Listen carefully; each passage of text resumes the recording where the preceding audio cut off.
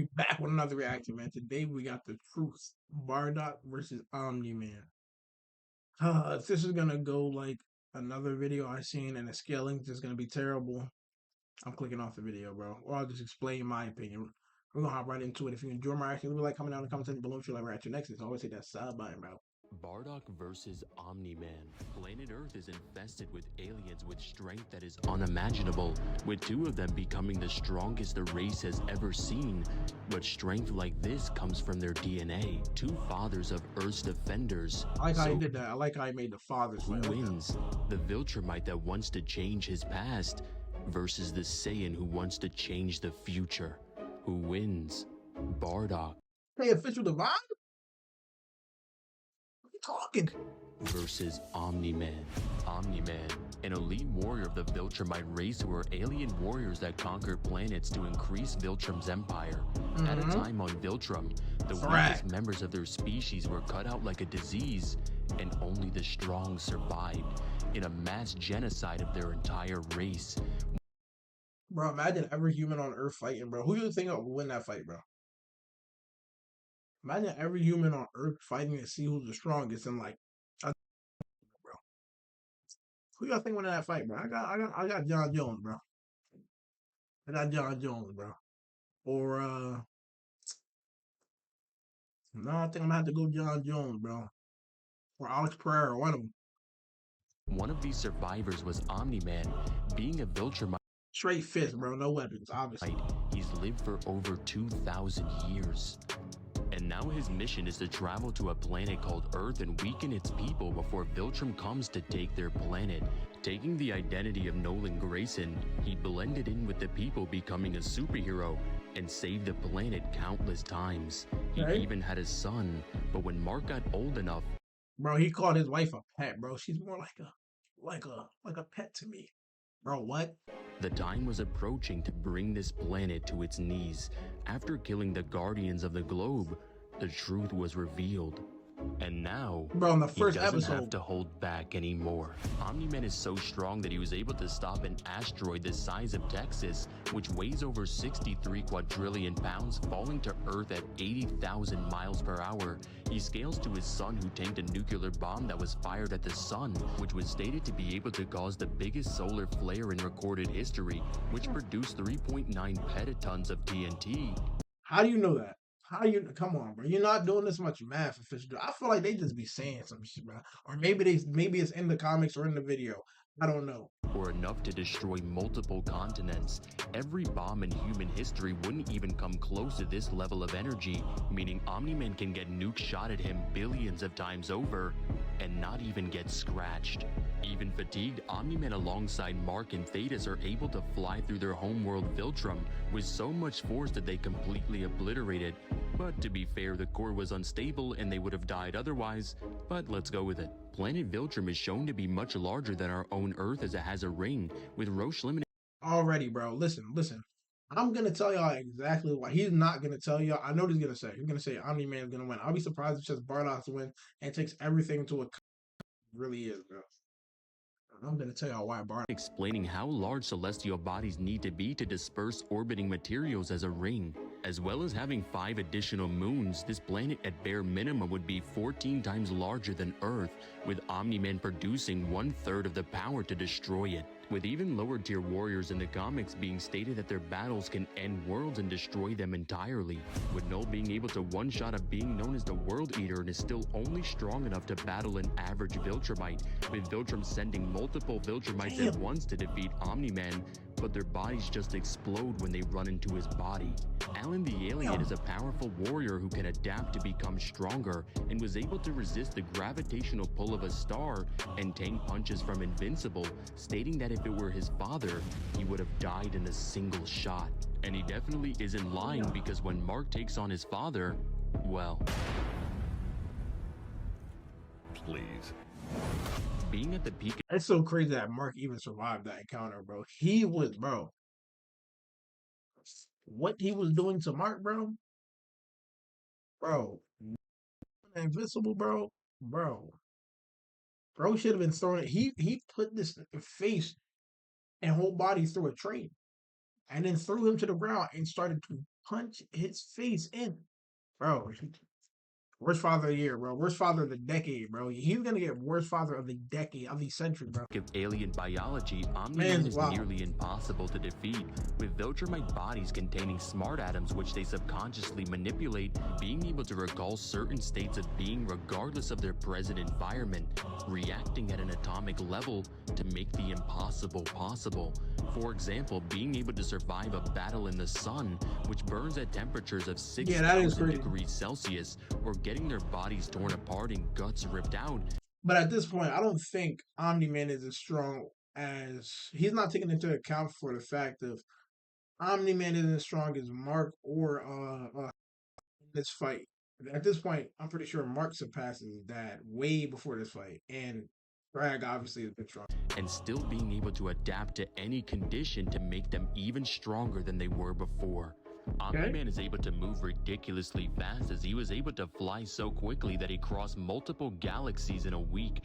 Assuming that their cosmology is similar to ours, the nearest galaxy besides Andromeda would be the Triangulum Galaxy, which would be crossing the entire Milky Way galaxy, which is 100,000 light years in length, past Andromeda, and now you're at your destination, which is over 2 million light years away. To cross this distance in a single week means Omni-Man is moving 142 million times faster than light, with even weaker Viltrumites being able to cross the Virgo supercluster in less than 24 hours, making them move Damn. Okay, bro. Okay, he fast.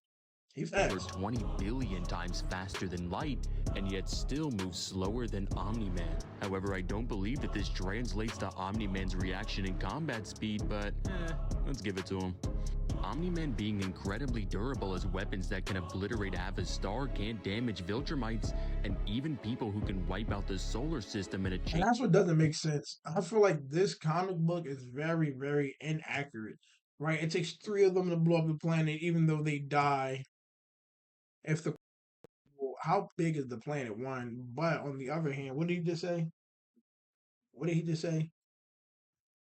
People who can wipe out the solar system in a chain reaction. Like he can take a star, a blast of a star, but he couldn't wipe out a planet in one shot. It doesn't make sense Would get completely handled by unless it's like durability to power to speed. Like it's all so far. Like what I'm saying is like, okay, so like Superman's fast, but he's also very, very strong. He's also very, very durable. It all adds up. Viltrumites don't add up. They're really fast, but they're like kind of weak in a way compared to other like heroes like that can fly and do all like Saiyans and Kryptonians and stuff like that. They're kind of weak. Like their biology is just weird. They're fast as hell, but they're kind of like obviously they're strong, but they're kind of weak. Like it takes 3 of them to blow up a planet that's already like unstable, but then they can tank like a fucking nuke and they can tank the blast of a star. It doesn't make sense because if the core was stable, you would have. It just doesn't make sense. Like they don't make sense in a way. Nolan. Overall, Omni-Man would scale from small planetary to large planetary, with massively faster than light speed. Yeah. With all of this power, a low-class warrior can't defeat an elite, right? Bardock, a low-class warrior with eyes that can see into the future. Being the father of an angel, his blood is the catalyst for strength. The Saiyans are a race of alien warriors who are literally built for battle. Saiyans have the ability to grow stronger with each and every fight, and Yes, they do. can adapt to literally any situation to ensure that they're the strongest. To put it simply, Saiyans have no limits. Bardock in his initial showing is able to take on members of the Frieza Force single-handedly, and his strength grows to the point that he rivaled the king himself. King Vegeta was And now remember this. Remember this. Remember this. King Vegeta wiped out 3 planets with the swipe of his hand. 3 planets were gone, or was it 2? Well, that's 3 or 2 planets were gone with the swipe of his hand, and he has a 10,000 power level. with a power level of 10,000 was able to obliterate 3 planets just by Okay. lifting his hand I just want to make sure he says that. and in the air and stayed on the planet while it exploded. Even in early Dragon Ball, disgustingly low power levels like Kid Goku, who had a power level of 220, can wipe the moon from existence in a single shot. The king being on this planet means the planet is much larger and much more valuable than any planet in the entire universe, with planets like Earth being stated to be too small for them to even bother invading, sending infants to take it over. But let's lowball and say Okay, bro. See what I'm saying, bro? Like, stop disrespecting me, bro. it's just the size of the I will beat Goku ass as an infant, bro. I will whoop Goku ass. Bro, what does he have? Power level? What do you say? 202, bro?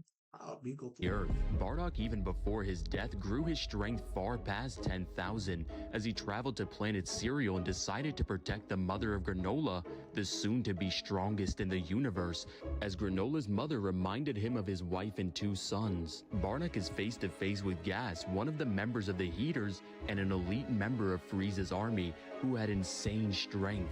With Bardock being able to throw hands against a base Gas, convinces Gas that they were wrong thinking only low-class warriors were sent to this planet. Even though Gas believes Bardock is a mid to elite level Saiyan, he takes all of Bardock's attacks without a single scratch. Yeah. Bardock gets pushed into a corner and says that the only thing that he's thinking about this entire battle is victory. So let's see who wants it more. Awakening to an instinct that allows Bardock to shatter his limits, he's able to overpower Gas even after he reaches his full power.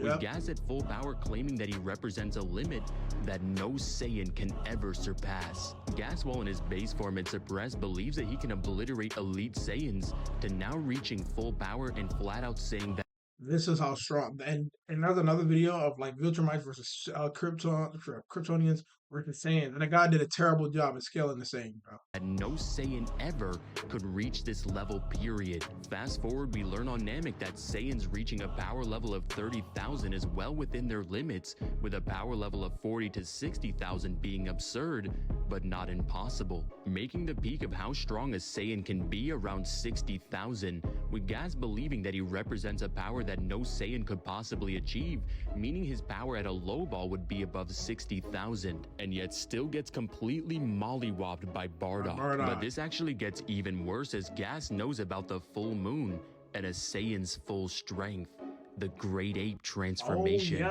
He still believes his power is untouchable by any Saiyan, even with the Great Ape transformation amplifying a Saiyan's strength by 10 times, reaching into the hundreds of thousands with a battle power above 10,000. Gas believing So hold up, bro. Hold up. that he's above all How strong was Frieza? Saiyan limits means that even if a Saiyan had a battle power of 60,000 transformed into King Kong, they would still be weak. Transformed into King Kong is Weaker great. than he is, meaning Gas would have a power level of over 600,000, which surpasses the Emperor of the Universe Frieza in his first form, who can obliterate planet Vegeta with gravity 10 times greater than Earth, making his attack potency dwarf star level to potentially 10 times the energy it takes to obliterate an entire solar system, as planet Vegeta is described as a planet with 2 suns in its orbit, which we actually see in the anime. This is extremely consistent, as Toyotaro, the current illustrator and Akira Toriyama's successor, believes that the Heaters are stronger than the Ginyu Force and can match Abo and Kato, who are stated to be just as strong as, you guessed it, Frieza.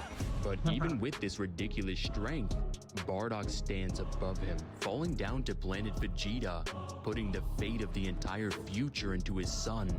This is the end of Bardock. Or so we thought. Landing in the past, Bardock arrives on an ancient planet Vegeta, where the Saiyans are being terrorized by Frieza's ancestor, Lord Chilled. Bardock gets overpowered again. Well, I remember this, but is this canon? I don't think this one was canon. And can't seem to tap into the power he used against Gas. And he goes Super Saiyan. But who needs that when you can just do this? Exploding with a yellow light, Bardock engraves his I wish name this shit was canon, bro. I wish this shit was canon, bro. in history books, becoming the original legendary Super Saiyan, with the Super Saiyan transformation boosting your strength 50 times over, making Bardock potentially have a battle power from 3 to 30 million, which is as strong or 10 times stronger than Son Goku when he fought against Frieza in his final form, who was stated to have enough energy Okay, hold on, Official Divine. I don't think he was that damn strong. to obliterate the entire universe, and even at half strength could obliterate Namek, with its explosion being seen outside Well, of the 50 times galaxy. over? And he was already what 100, well 60,000. He's saying 50 times over.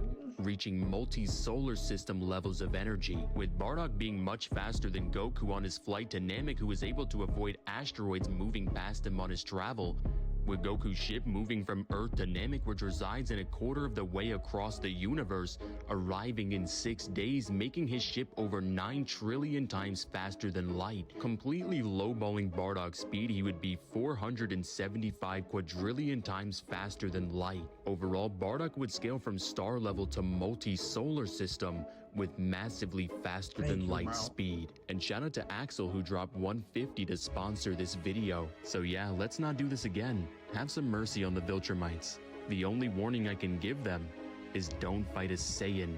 Just keep on running, because we don't need to look into the future to see this win coming. What's up, guys? Thank you, bro. Like somebody else had it, like Kryptonians saying, I don't think people understand how strong Saiyans are, bro. Since the beginning of the video, they like compare lower tier Saiyans to like Kryptonians. You can't do that, bro.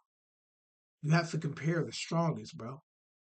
So it'd have been King Vegeta, Bardock, and like Vegeta, and then Goku and stuff like that. They were comparing like Broly, baby Broly in a thing with a 975 power. I'm like, bro, what?